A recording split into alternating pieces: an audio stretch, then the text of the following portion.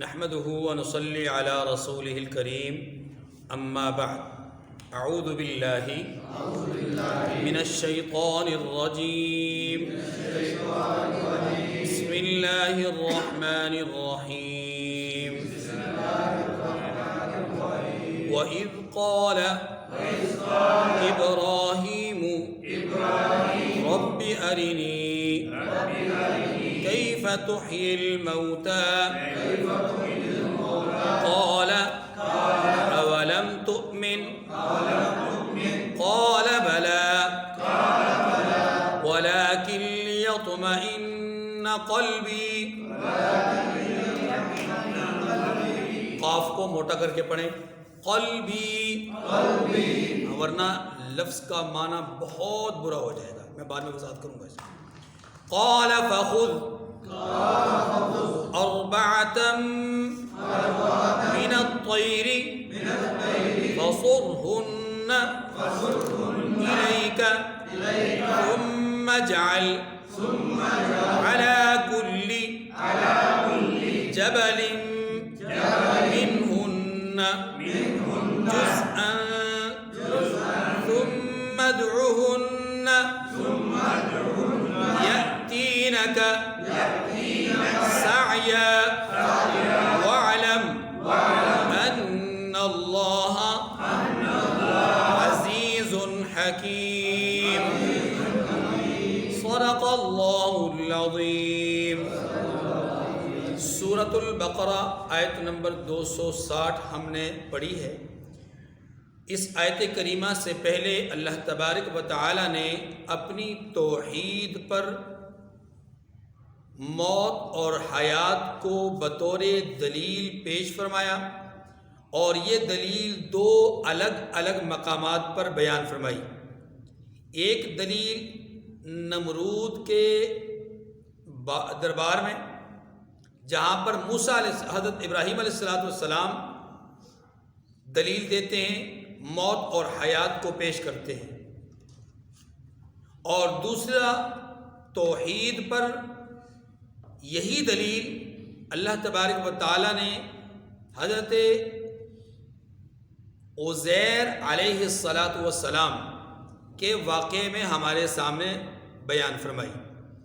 عزیر علیہ السلام کے واقعہ میں اس دلیل کو خود عزیر علیہ السلام کی ذات پر، آپ کی سواری پر، جس بستی سے گزر رہے تھے اس بستی پر، اور پھر اس کھانے پر، موت اور حیات کو مشاہداتی اعتبار سے بیان کر کے واضح کر کے بطور دلیل پیش فرمایا کہ میں وحدہ لا شریک ہوں اور میں زندگی اور موت کا مالک ہوں۔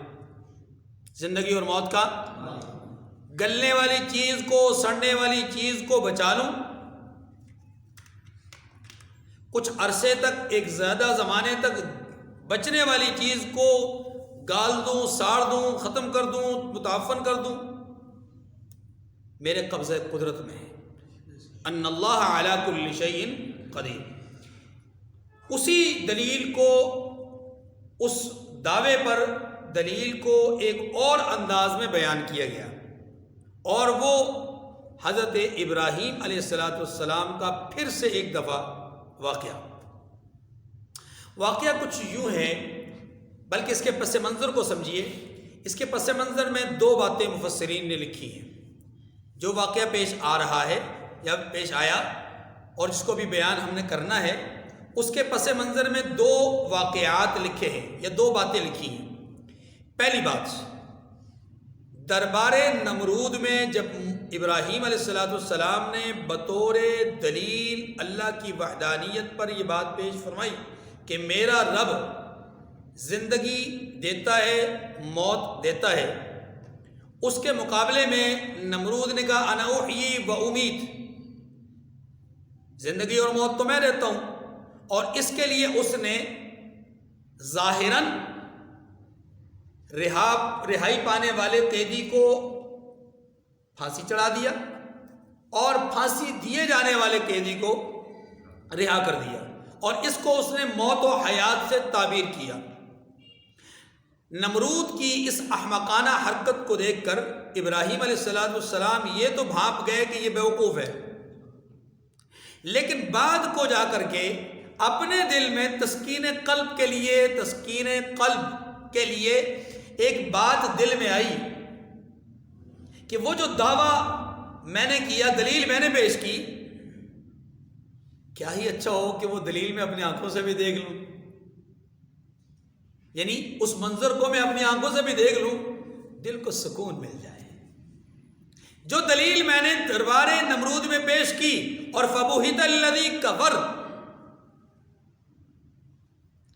کافر حیران پریشان مبہوت ہو کر رہ گیا، چاہتا یہ ہوں کہ وہ منظر اپنی آنکھوں سے تو دیکھ لوں۔ اسے کہتے ہیں تسکین قلب، دل کا اطمینان۔ تو علماء نے لکھا ہے کہ اس وجہ سے، اس پس منظر کی وجہ سے دل میں یہ بات اور یہ خیال آیا کہ یا اللہ رب ارنی کیف تحیی الموتى، مجھے دکھلائیے تو صحیح آپ مردوں کو زندہ کیسے کریں گے۔ دوسرا پس منظر، مفسرین نے لکھا ہے کہ دوسرا پس منظر یہ ہے کہ ایک دفعہ آپ ایک دریا کے کنارے بیٹھے تھے، وہاں پر ایک مردہ جانور تھا دریا کے کنارے، اور حالت یہ تھی کہ دریا کے اندر جب موج آتی اور پانی لہروں کے ساتھ اٹھتا ہوا باہر کی طرف آتا، تو اس کے ساتھ ساتھ کئی دریائی جانور بھی باہر آتے، پانی پلٹ کر واپس جانے لگتا تو تبھی تھوڑا تھوڑا باقی رہتا ہوتا تھا کہ وہ جو دریائی جانور تھے وہ اس مردہ جانور کے پاس آ کر اس کو نوچنے کی کوشش کرتے، کچھ حصہ نوچ جاتے، پھر پانی کے ساتھ واپس چلے جاتے، ایسے ہی یہ منظر۔ دوسری طرف حالت یہ تھی کہ جب پانی واپس چلا جاتا تو خشکی کے جانور دوڑتے ہوئے آتے اور وہ اس مردہ جانور سے کچھ نہ کچھ نوچتے، اور جو ہی پانی کی لہر آتی تو وہ خشکی والے بھاگ جاتے اور پانی والے آ جاتے۔ دو قسم کے جانور تو یہ تھے جو اس مردہ جانور کو کھا رہے تھے، ایک دریا سے آنے والے، ایک خشکی سے آنے والے۔ اچھا، آپ نے یہ بھی دیکھا کہ کچھ پرندے ہیں، گدھ وغیرہ، وہ بھی آتے ہیں، آ کر کے ایک جھپٹا مارتے ہیں اور آ کر کے اپنا حصہ اس جانور سے لیتے ہیں اور چلے جاتے ہیں۔ یہ منظر آپ نے اپنی آنکھوں سے دیکھا۔ اب اس منظر کے دیکھنے کے بعد دل میں ایک آرزو پیدا ہوئی کہ یہ جو مردہ جانور ہے اس کا کچھ حصہ دریائی جانور لے گئے،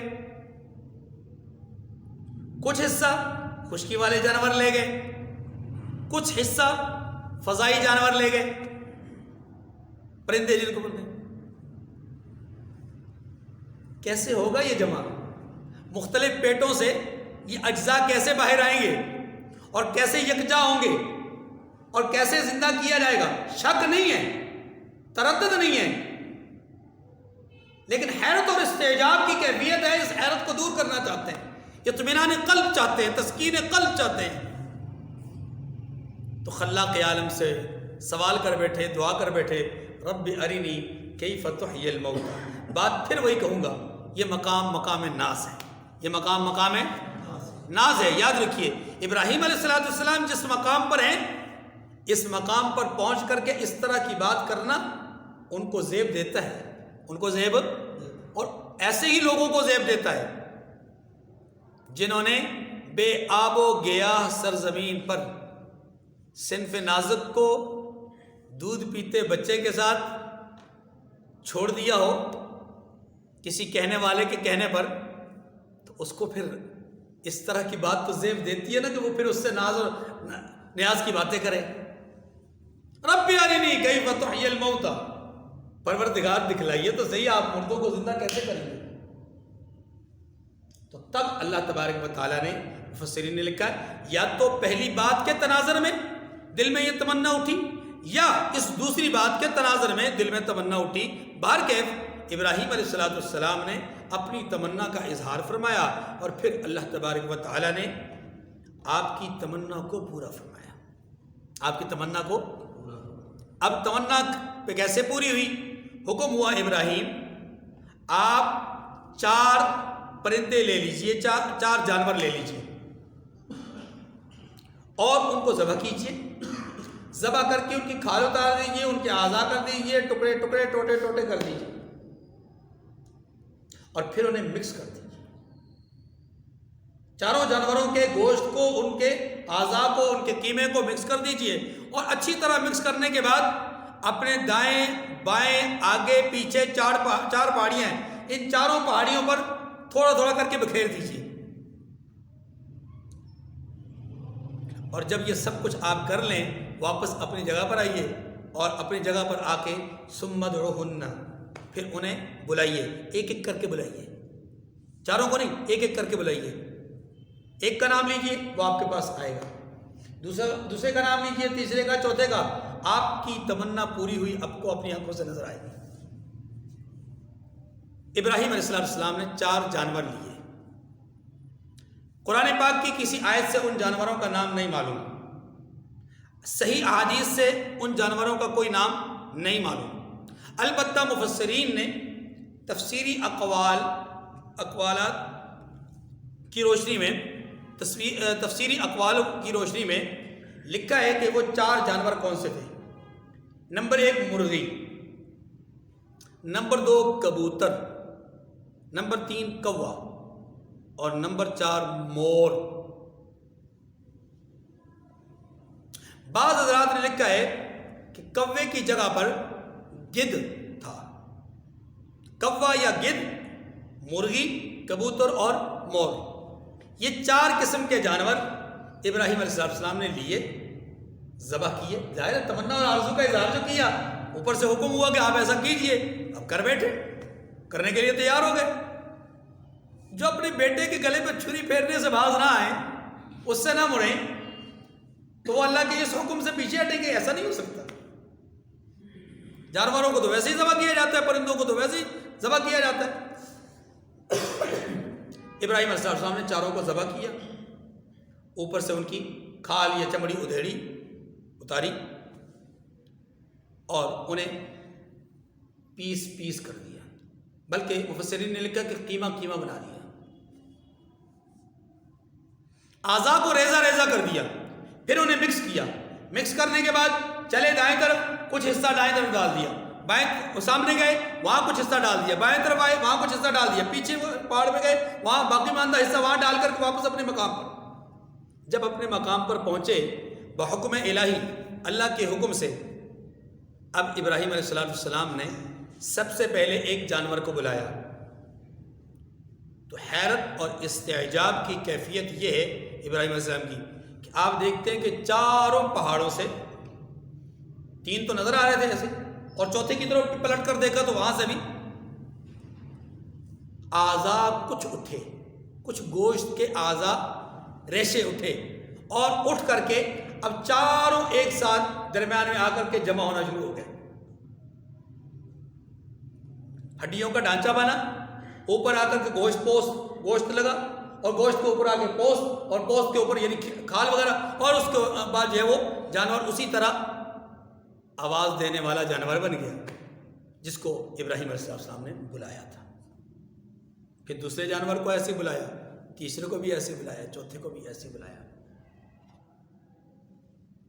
یہ ہے اللہ تبارک و تعالیٰ نے اپنی توحید پر جو دلیل پیش فرمائی ہے کہ دیکھو مختلف ابدان میں جانے والے اعضاء ان کو بھی میں ایسے ہی جمع کروں گا جیسے مختلف پہاڑوں پر بکھرے ہوئے اعضاء کو جمع کیا ہے۔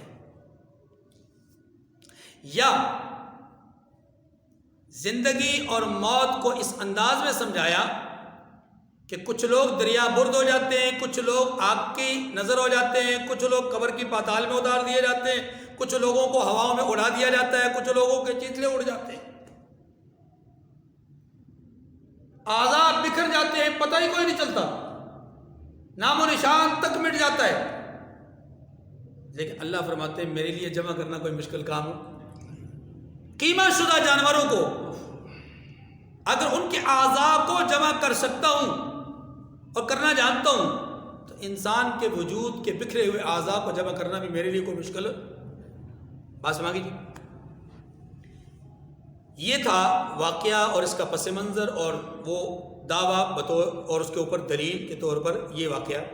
اب اس میں ایک بات کہ وہ 4 جانور جن کا ابھی ذکر ہوا ہے ان کے متعلق مفسرین نے لکھا ہے کہ ان کی خاص طور پہ ذبح کرنے کی جو حکمت تھی، یا ان خاص 4 جانوروں کو ذبح کرنے کی جو حکمت تھی وہ مفسرین نے بیان فرمائی ہے۔ مفسرین کہتے ہیں کہ ان 4 جانوروں کا انسان کی عادات اور صفات اور خصائل کے ساتھ گہرا تعلق ہے۔ ایسے ہی نہیں ذبح کر دیا، ایسے ہی نہیں ان جانوروں کو مخصوص کر لیا، بلکہ ان میں سے ہر ایک جانور کے اندر ایک ایسی خصوصیت ہے، ایک ایسی خصلت ہے جو کہ عام طور پہ انسانوں میں پائی جاتی ہے۔ سب سے پہلے مرغ کو لے لیجیے۔ مرغ کے اندر شہوت کا غلبہ ہے، اور یہ بہت سارے انسانوں کے اندر یہ چیز موجود ہے۔ یہ چیز موجود نہ ہو تو 8 مارچ کو لوگ بےہودگی اور بے حیائی اور فحاشی اور عریانی کے لیے پلے کارڈ اٹھا کر کے روڈوں پر نہ نکلیں اور بےہودہ قسم کی باتیں لکھ کر کے اپنی تربیت پر سوالیہ نشان نہ ڈالیں۔ بات سمجھ رہے؟ تو مرغ کے اندر یہ خصلت ہے۔ نمبر 2، کوا یا گدھ، ان دونوں کے اندر ایک خصلت جو کہ بہت سارے انسانوں میں پائی جاتی ہے وہ ہے لالچ کی، حرص، لالچ، اور یہ بہت سارے انسانوں میں پائی جاتی ہے۔ کبوتر کے اندر دنیا کی محبت بہت پائی جاتی ہے، یہاں تک کہ دنیا کی محبت میں وہ بعض اوقات اندھا ہو جاتا ہے۔ کہتے ہیں نا کہ فلاں فلاں کی محبت میں اندھا ہو گیا، کیا مطلب ہے؟ یعنی وہ سمجھتا ہے اپنی جگہ پر آنکھ بند کر کے کہ کچھ نہیں، میں ٹھیک ہوں۔ اس کے اپنے آنکھ بند کر دینے سے حالات نہیں بدل جاتے، لیکن وہ سمجھتا ہے کہ بدل گئے۔ دنیا کی اس قدر محبت اس کے دل میں ہوتی ہے کہ وہ یہ سمجھتا ہے کہ یہی سب کچھ ہے، اور اسی میں وہ اپنی آنکھ بند کر کے جی رہا ہوتا ہے۔ اور بہت سارے انسانوں کے اندر بھی یہ خصلت پائی جاتی ہے کہ وہ دنیا کو ہی سب کچھ سمجھتے ہیں۔ اور نمبر 4 پہ مور، مور کے اندر ایک خصلت پائی جاتی ہے جس کو تکبر کہتے ہیں، غرور کہتے ہیں۔ اور آپ نے کبھی اگر دیکھا ہو تو مور کبھی کبھی جھومتا ہے، جس کو ناچنا کہتے ہیں، اور جھومتے جھومتے جھومتے جھومتے جب اس کی نگاہ اپنے پاؤں پہ پڑتی ہے نا تو وہیں پر اس کا غرور مٹ جاتا ہے، اس کا غرور مٹ جاتا ہے اور اس کا جھومنا رک جاتا ہے اور شرمندہ سا ہو جاتا ہے۔ پہلے اسے اپنی خوبصورتی پہ بڑا ناز ہوتا ہے اور اسی ناز اور اسی فخر میں وہ جھوم رہا ہوتا ہے، لیکن اچانک اس کی نگاہ اپنے پاؤں پہ پڑتی ہے، اس کا جھومنا بند۔ یہ ایسے ہی ہے جیسے کوئی آدمی اپنی شیخیاں بیان کرتے کرتے کسی ایسے فرد کو سامنے دیکھ لے کہ جو اس کی اوقات کو، حیثیت کو، مقام کو، مرتبے کو اچھی طرح جانتا ہو، اچانک وہ سامنے آ جائے، اس کی ساری شیخیاں بند ہو جاتی ہیں، سارا غرور اس کا خاک میں مل جاتا ہے، اور یہ اپنی بات کو بدل دیتا ہے، رخ چینج کر دیتا ہے۔ کیوں؟ اس لیے کہ اب اسے پتا ہے کہ میری دال گلنے والی نہیں۔ مور تکبر سے بھرا ہوا، کبوتر یا گدھ لالچ سے بھرے ہوئے،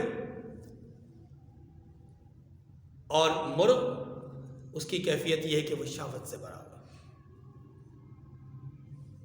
یہ جانور جن کو ذبح کیا گیا ہے، اس سے مفسرین نے، صوفیاء مفسرین نے ایک نتیجہ اخذ کیا ہے، اور وہ نتیجہ یہ اخذ کیا ہے کہ انسان کو بھی چاہیے کہ اپنے اندر سے ان صفات کو مار دے۔ اگر یہ اپنے اندر سے ان صفات کو مارے گا تو موت و حیات کو سمجھ پائے گا، زندگی اور موت کو سمجھ پائے گا۔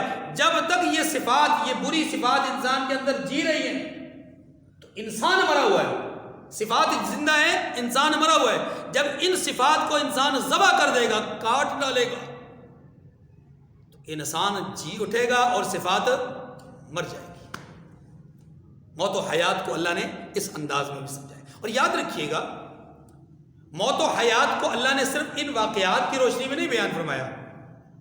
بہت دفعہ ہم اپنی روزمرہ کی زندگی میں ایسے واقعات اپنی آنکھوں سے دیکھتے ہیں، ایسی چیزیں دیکھتے ہیں کہ جن میں اللہ موت اور حیات کی کیفیت کو پیدا فرماتے ہیں. مثلا ایک آدمی جسے ڈاکٹر یہ کہتا ہے کہ یہ لا علاج ہو چکا ہے، اب اس نے بچنا کوئی نہیں، لیکن اللہ اس بات پر قادر ہیں کہ وہ لا علاج مریض کو شفا یاب فرما دیں. ایسے واقعات ہماری آنکھوں کے سامنے. ڈاکٹروں نے کہا کہ جی اب اس کو صرف دعائیں اس کے لیے کریں اور آخرت کی اس کی تیاری کریں، کفن دفن کی تجہیز و تکفین کی اس کی تیاری کریں. یہ صاحب تو بچنے والے نہیں ہیں، لمحہ ہے، 2 لمحے، 1 دن ہے، 2 دن ہے، بس. لیکن اللہ ایسے افراد کو کئی سال تک زندہ رکھتے ہیں. بعض اوقات یہ ہوتا ہے کہ انسان کسی مریض کے ساتھ ہاسپٹل جاتا ہے کہ یہ آدمی بیمار ہے، اس کا علاج معالجہ کروانے کے لیے جاتا ہے، جا کر کے پہنچتا ہے تو ڈاکٹر اس کو پکڑ کر کے بستر پہ لٹا دیتے ہیں. دور مت جائیے، آپ کے اپنے محلے میں ایسا واقعہ پیش آ چکا ہے. بیٹا والد کو لے کے گیا، جس والد کا انتقال چند دن پہلے ہوا، اس کو لے کر کے گیا علاج معالجہ کے لیے. بیٹے کو اگلوں نے پکڑ کر کے بستر پہ لٹا دیا. بیٹے کا انتقال پہلے ہوا، باپ کا انتقال چند دنوں کے بعد ہوا، چند دن پہلے ہوا. اللہ، ہمارے اپنے ہی محلے کی بات ہے کہ ایک دن بیوی فوت ہوئی، تیسرے دن ان کے خاوند فوت ہو گئے. ایسے واقعات موجود ہیں. میں نے تو اپنی آنکھوں سے ایسا بھی منظر دیکھا ہے کہ ایک خاتون کو خبر ملی کہ جنگل میں آپ کا بیٹا درخت سے گر کر کے مر گیا ہے. درخت سے گر کر بیٹا مر گیا ہے. ماں چلی بیٹے کی میت کی طرف. ابھی چند قدم کے فاصلے پہ پہنچی تھی اگلے گاؤں میں، تو اگلے گاؤں میں ماں جی کو اس کے بھانجے نے پکڑ لیا کہ خالہ جی کدھر؟ کہا بیٹا گر کر کے مر گیا ہے. کہا خالہ جی پیچھے گھر میں دوسرا بھائی مر گیا ہے. اور صدمے سے نڈھال ماں وہیں پر گری اور جان دے دی. حالات واقعات کس سے الگ الگ ہیں. وہ گرا ہے تو فوت ہوا ہے، وہ بغیر گرے صدمے سے فوت ہو گیا ہے. ماں دونوں کے بیچ میں آ کر کے درمیان جگہ میں پہنچ کر کے ادھر کی خبر بھی سن رکھی، ادھر کی خبر بھی سن رکھی، صدمے سے نڈال ہو کر کے فوت ہو گئی.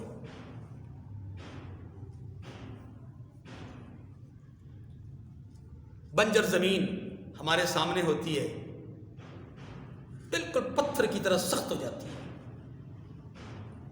یقین ہی نہیں آتا کہ اس میں سے کبھی کوئی فصل نکلے گی. لیکن اللہ قادر ہے اس بات پر. آسمانوں سے میںہ برساتے ہیں، بادل برساتے ہیں اور اس زمین کو نرم کر دیتے ہیں اور اس میں سے کونپلیں نکل آتی ہیں. سخت زمین میں سے نرم نرم کونپلیں جن کو ہلکا انسان اپنی 2 انگلیوں میں پکڑ کر کے یوں کر کے دبائے تو وہ پانی پانی ہو جائے. اتنی نرم کونپل اللہ اتنی سخت زمین سے نکالتے ہیں. یہ موت و حیات نہیں تو اور کیا ہے. زندہ مرغی ہے، مردہ انڈا اللہ نکالتے ہیں، اسی مردہ انڈے سے اللہ زندہ مرغی نکالتے ہیں. یہ موت و حیات نہیں تو اور کیا ہے. پھر موت و حیات کو ایک اور انداز میں بھی سمجھیے کہ اہل دل صاحب ایمان زندہ ہونے کی مانند ہے اور کافر مردہ ہونے کی مانند ہے. کیونکہ قرآن پاک نے کہا ہے کہ جو اللہ کو نہیں مانتے وہ چلتے پھرتے مردہ ہے، چلتے پھرتے مردہ. اولئک کالانعام، جانور ہیں، جانوروں سے بھی بدتر ہے. دیکھتے ہیں پر ہیں مردہ، سنتے ہیں پر ہیں مردہ، بولتے ہیں پر ہیں مردہ، کھاتے ہیں پر ہیں مردہ. کیوں مردہ ہیں؟ اس لیے کہ ان کے دل مردہ ہیں. الا بذکر اللہ تطمئن القلوب. دلوں کا اطمینان، دلوں کا زندہ ہونا وہ اللہ کے ذکر سے ہے۔ دلوں کو زندگی کیسے ملتی ہے؟ اللہ کے ذکر سے۔ اور جس دل کے اندر اللہ کا ذکر نہیں، وہ دل زندہ نہیں مرتا ہے۔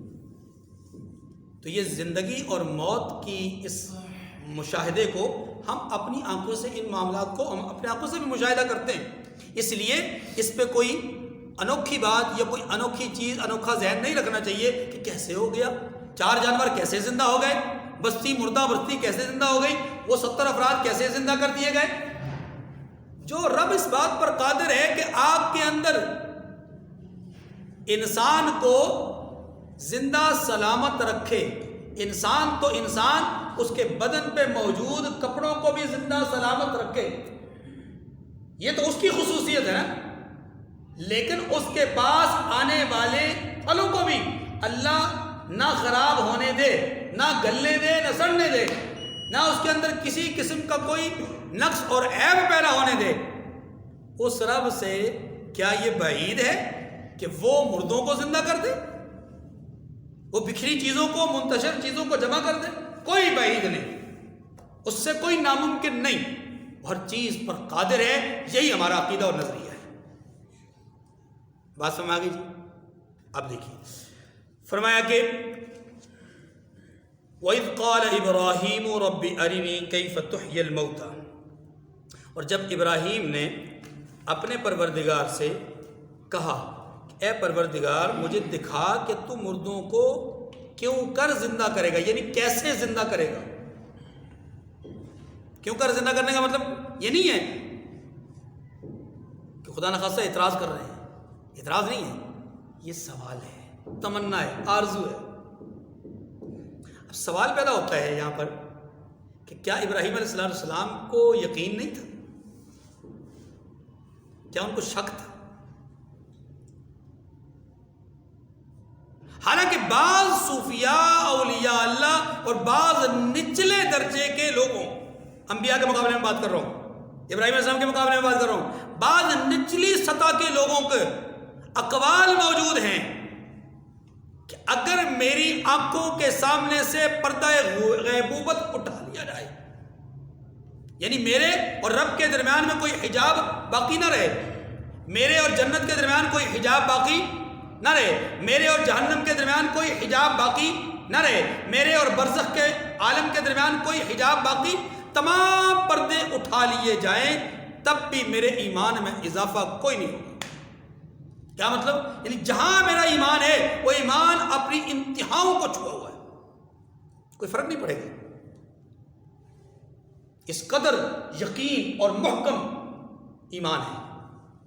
اب یہ نچلی سطح کے لوگ کہہ رہے ہیں، نچلی سطح کے بزرگ صحابہ یا تابعین میں سے لوگ کہہ رہے ہیں، تو جو اولو العزم انبیاء میں سے ہوں، انبیاء میں سے جن کا رتبہ اور مقام دوسرا ہو، ابو الانبیاء ہوں، جنہوں نے اتنے امتحانات، آزمائش اور ابتلاؤں کا سامنا کیا ہو، وہ کہہ رہے ہیں رب ارنی کیف تحیی الموتى، اے اللہ دکھلا دو صحیح مردوں کو زندہ کیسے کرے۔ تو سوال پیدا ہوتا ہے کہ کیا ان کو شک تھا؟ اس کا جواب اس کا یہ ہے کہ شک نہیں تھا۔ یاد رکھیے، نبی کے حوالے سے کسی کے فہم و گمان میں بھی اگر کسی موقع پر یہ بات آ گئی کہ فلاں نبی کو فلاں چیز میں، فلاں معاملے میں شک پیدا ہو گیا، تو دائرہ ایمان سے نکل جائے گا۔ انبیاء شکوک و شبہات سے پاک ہوتے ہیں، اس لیے کہ یاد رکھیے گا، اس بات کو اپنے ذہن میں، اپنے پلے باندھ لیجیے گا، ذہن میں بٹھا لیجیے گا، نبی اپنے لائے ہوئے دین کا پہلا مومن ہوتا ہے۔ نبی اپنے لائے ہوئے دین کا پہلا مومن ہوتا ہے، اور نبی سے بڑا ایمان کسی کا نہیں ہوتا، نبی سے زیادہ پختہ ایمان کسی کا نہیں ہوتا، نبی سے زیادہ یقینی ایمان کسی کا نہیں ہوتا۔ تو اب سوال یہ ہے کہ پھر جب اتنا محکم ایمان ہے، اتنا یقینی ایمان ہے، تو ابراہیم علیہ السلام نے یہ سوال کیا ہی کیوں؟ اس کا جواب یہ ہے کہ ابراہیم علیہ السلام کو شک کوئی نہیں تھا، یقین پہلے سے محکم تھا، یقین ہی تو تھا کہ نمرود کے دربار میں اسے مغلوب کیا، یقین تھا نا۔ لیکن یہاں سوال کیوں کیا گیا؟ دیکھیے، ایک ہوتا ہے ایمان اور ایک ہوتا ہے تسکین قلب، اطمینان قلب۔ اطمینان قلب کا ایمان کے ساتھ کوئی تعلق نہیں۔ تعلق سے مراد یہ ہے کہ اطمینان قلب ایک الگ چیز ہے اور ایمان یقین الگ چیز ہے۔ ایمان اور یقین کے اعتبار سے انبیاء علیہ السلام اعلیٰ ترین درجے پر فائز ہیں۔ ان کا ایمان بھی اعلیٰ، ان کا یقین بھی سب سے اعلیٰ۔ ان جتنا ایمان، ان جتنا یقین کسی کا نہیں ہو سکتا۔ تو یہاں جو ابراہیم علیہ السلام نے سوال کیا وہ کسی شک کی بنیاد پر نہیں کیا، اپنے یقین میں اضافے کے لیے نہیں کیا، اپنے ایمان میں اضافے کے لیے نہیں کیا، بلکہ یہاں پر سوال کیا ہے تسکین قلب کے لیے۔ کس کے لیے؟ آپ اللہ کی ذات پر بھروسہ رکھتے ہیں، اللہ کی ذات کو ہی خالق اور مالک سمجھتے ہیں۔ آپ جانتے ہیں کہ پہاڑوں کو اللہ نے بنایا، آپ جانتے ہیں کہ زمینوں کو اللہ نے بچھایا، آپ جانتے ہیں کہ آسمان میں ستاروں کو اللہ نے بنایا، چاند کو اللہ نے بنایا، سورج کو اللہ نے بنایا۔ ہر چیز کے متعلق آپ کا ایمان اور یقین ہے، اس ایمان اور یقین میں کوئی کمی نہیں۔ لیکن اچانک آپ آسمان پر نگاہ ڈالتے ہیں، دن کا وقت ہے اور سخت گرمی ہے، اچانک آپ کو زمین پر کچھ سایہ سایہ محسوس ہوتا ہے، کچھ ٹھنڈک ٹھنڈک محسوس ہوتی ہے، آپ کی نگاہ آسمان پہ پڑتی ہے تو آپ کو آسمان کے اندر پھیلے ہوئے بادلوں کا منظر بڑا سہانا لگتا ہے، اور آپ اس منظر کو دیکھ کر کے ایک جملہ بے ساختہ بول دیتے ہیں، سبحان اللہ۔ کیا آپ کا ایمان پہلے کم تھا اب بڑا؟ نہیں۔ اس کے کہتے ہیں تسکین قلب، اسے کہتے ہیں اطمینان قلب۔ آپ کو ایک سکون سا محسوس ہوا۔ ایمان تو پہلے سے ہی تھا کہ یہ سب کچھ کرنے والی ذات اللہ کی، لیکن سکون قلب آپ کو حاصل ہوا۔ اس سکون قلب کے نتیجے میں آپ کی زبان سے بے ساختہ جملہ نکلا، سبحان اللہ۔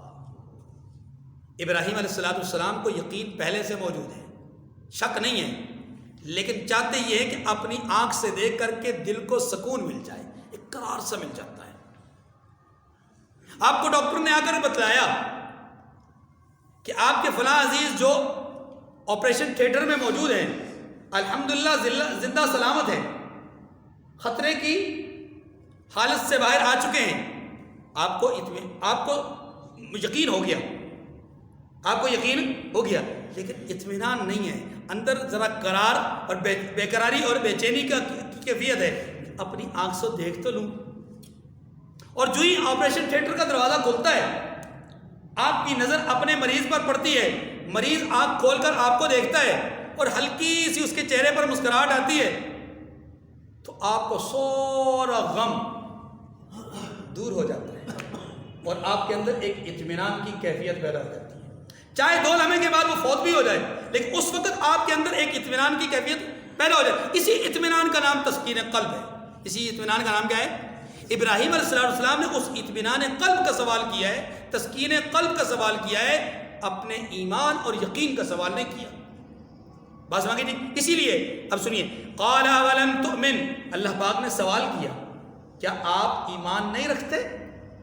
اس بات پر آپ کا ایمان نہیں؟ قال بلا، ابراہیم علیہ السلام نے عرض کی بلا کیوں نہیں؟ یا اللہ ایمان تو ہے، ایمان نہیں تو پھر دنیا میں ہے کیا؟ اور پھر وہ بھی نبی کے لیے تو تصور ہی دائرہ ایمان سے انسان کو خارج کر دیتا ہے۔ وَلَكِنْ لِيَطْمَئِنَّ قَلْبِي، لیکن پروردگار یہ جو میں سوال کر رہا ہوں یہ میں دیکھنا چاہتا ہوں کہ میرا دل اطمینان کامل حاصل کر لے، تاکہ میرا دل اطمینان کامل حاصل کر لے۔ جو یقین ہے نا وہ اس یقین کی بنیاد پر اطمینان بھی ہو جائے۔ قَالَ فَخُذْ أَرْبَعَةً مِّنَ الطَّيْرِ، اللہ پاک نے فرمایا کہ 4 جانور پکڑیے اور اپنے پاس بلوا لیجیے، یعنی اپنے پاس منگوا لیجیے۔ فَصُرْهُنَّ إِلَيْكَ، اپنے پاس بلوا لیجیے۔ یہاں پر قرات کے اندر عربی گرامر کے اعتبار سے اس لفظ کو فَصُرْهُنَّ بھی پڑھا گیا ہے جو کہ سامنے لکھا ہوا ہے، اور اس لفظ کو عربی گرامر کے اعتبار سے فَصِرْهُنَّ بھی پڑھا گیا ہے، اور فَصِرْهُنَّ کا معنی یہ ہوگا کہ پھر ان کو ذبح کر دیجئے، ٹکڑے ٹکڑے کر دیجئے، اور فَصُرْهُنَّ کا معنی یہ کہ 4 جانور آپ منتخب کر کے منگوا لیجئے۔ اچھا ثم جعل على كل جبل منهن جزءا، اللہ اکبر، پھر ان کا ایک ایک ٹکڑا ہر ایک پہاڑ پر رکھوا دیجئے. ثم ادعوهن يأتينك سعيا، پھر ان کو بلائیے تو وہ آپ کے پاس دوڑتے چلے آئیں گے. اور ایسے ہی ہوا. وَاعْلَمْ، اے ابراہیم جان لو، یاد رکھیے یہاں بظاہر خطاب حضرت ابراہیم کو ہے، لیکن یقین اور ایمان کس کا مکمل کیا جا رہا ہے؟ میرا، آپ کا. کہا ابراہیم علیہ السلام کو کیا، ایمان اور یقین ہمارا محکم بنایا جا رہا ہے. وَاعْلَمْ، اے پڑھنے والے، قرآن کے قاری، قرآن کے مخاطب، قرآن کے پڑھنے اور سننے والے، سن، یاد رکھ، جان لے، ان اللہ عزیز حکیم، اللہ رب العزت غالب اور صاحب حکمت ہے. غالب ہیں اور صاحب، غالب ہیں، موت و حیات کے مالک ہیں، اور عزیز کے بعد حکیم. ان چار جانوروں کو ذبح کروا کر ان کو دوبارہ بلوایا گیا، بلوانے پر اور بلوایا گیا اور ان کو جمع کروایا گیا. اس بات کی حکمت کو بھی اللہ ہی جانتے ہیں، تم پھر بھی نہیں سمجھ سکتے کہ ان کی حکمتیں کیا کیا ہیں. ایک دو نقطے تمہارے ذہن میں آ سکتے ہیں، زیادہ نہیں. وَاعْلَمْ أَنَّ اللَّهَ عَزِيزٌ حَكِيمٌ. اللہ تعالیٰ مجھے اور آپ کو سمجھنے کی توفیق کامل نصیب فرمائے. وآخر دعوانا ان الحمد للہ رب العالمین.